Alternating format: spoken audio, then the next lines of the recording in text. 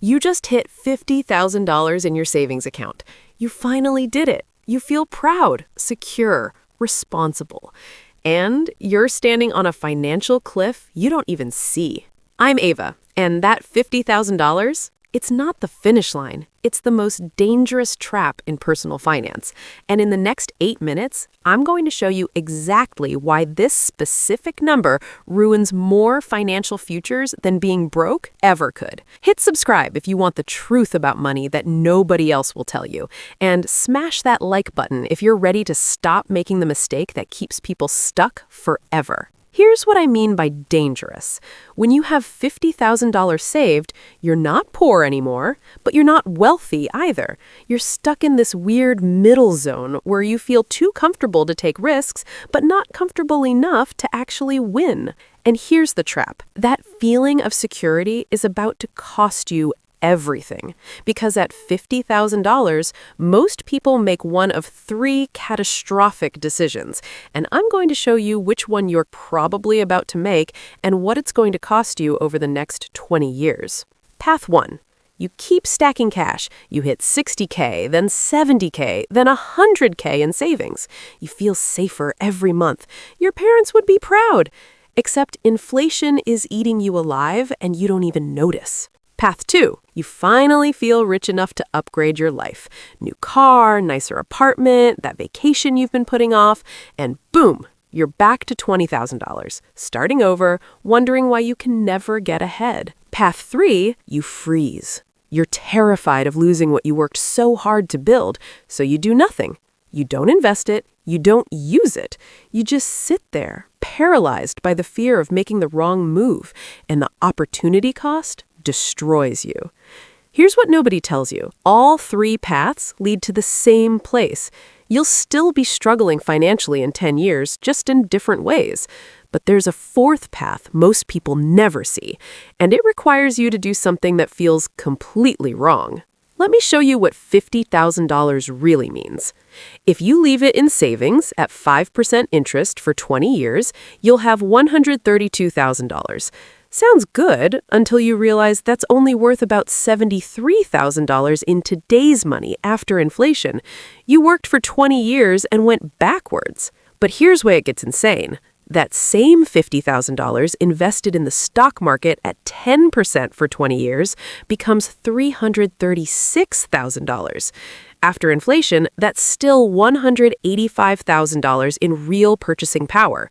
You more than tripled your actual wealth. Same money, same time frame, a difference of $263,000. That's a house. That's retiring 10 years early. That's your kids' college paid for. That's financial freedom.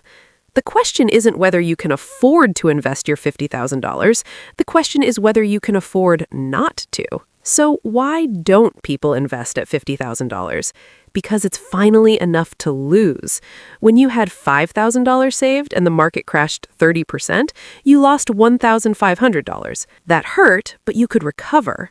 When you have $50,000 and the market drops 30%, you lose $15,000. That's terrifying. That feels like years of work gone. So you convince yourself you're being smart by keeping it safe. You tell yourself you'll invest once you have more, or once the market stabilizes, or once you understand it better. But here's the brutal truth. You're not being smart. You're being scared. And fear is the most expensive financial advisor you'll ever hire. This is called loss aversion. We feel losses twice as hard as gains. So the fear of losing $15,000 in a crash overpowers the possibility of gaining $286,000 over 20 years. Your brain is literally wired to make the wrong choice. But Ava, I need that money for emergencies. No, you don't. Not all of it. Let's do the math. If your monthly expenses are $4,000, you need $24,000 for a 6-month emergency fund. Maybe $30,000 to feel extra safe. That's it. The other $20,000 sitting in your account, that's not an emergency fund. That's just fear disguised as responsibility. Here's what's really happening. You keep calling it savings because that sounds responsible, but what you're actually doing is hoarding cash because investing feels risky and you don't trust yourself to make the right decision. The emergency fund excuse is the story you tell yourself so you don't have to face the real issue. You're scared, and that fear is costing you your financial future. Every single day your $50,000 sits in savings, you're losing money you'll never get back. Not theoretical money, real compound growth that's gone forever. If you invest $50,000 today, it becomes $132,000 in 10 years at 10% returns. If you wait just 1 year, you need to invest $55,000 to get the same result. That extra $5,000? That's the cost of waiting. That's what procrastination actually costs in dollars. Wait 5 years? Now you need $80,000 invested to catch up to where $50,000 today would have gotten you.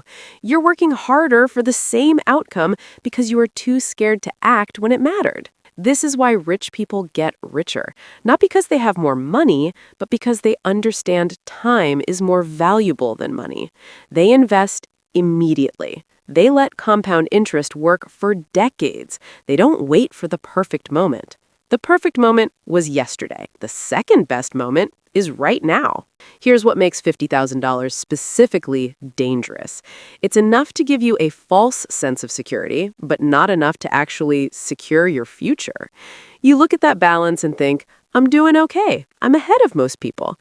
And you're right. Most people don't have $50,000 saved. But better than most doesn't mean good enough. It just means you're the tallest person in a room full of people on their knees. $50,000 can't retire you. It can't pay for your kids' college. It can't buy financial freedom. It's just enough to make you comfortable with staying stuck. This is the danger zone. You're past the desperation that forces change, but not at the success level that creates real security. You're comfortable enough to stop pushing, but not wealthy enough to stop worrying.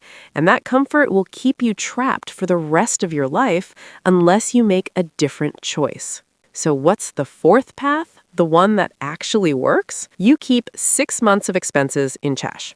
$24,000 to $30,000. That's your safety net. That's your emergency fund. That's your sleep well at night money. Everything else, you invest it today. Not when you understand it better, not when the market looks safer, not when you have more. Today. You put it in index funds, you diversify, you automate monthly contributions, and then you do the hardest thing in investing. You leave it alone. You don't check it every day. You don't panic when it drops. You don't try to time the market. You act like the money doesn't exist for the next 10 to 20 years, because functionally, it shouldn't exist for anything except building your future wealth. That $50,000 in your savings account isn't protecting you. It's not keeping you safe. It's the comfort that's keeping you from the wealth you actually want.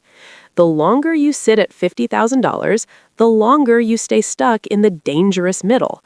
Not poor enough to be desperate, not wealthy enough to be free, just comfortable enough to never change. You have two choices. Stay comfortable and watch inflation slowly destroy what you worked so hard to build, or get uncomfortable for a few years and let compound interest build the financial freedom you actually want. Your $50,000 is a decision point, not a destination. And what you do with it in the next 30 days will determine your financial reality for the next 30 years. Choose wisely. If this video just made you realize you've been playing it too safe, hit that like button and subscribe. Drop a comment with how much you have saved right now. Let's hold each other accountable. I'm Ava. Stop being comfortable with $50,000. Start building real wealth.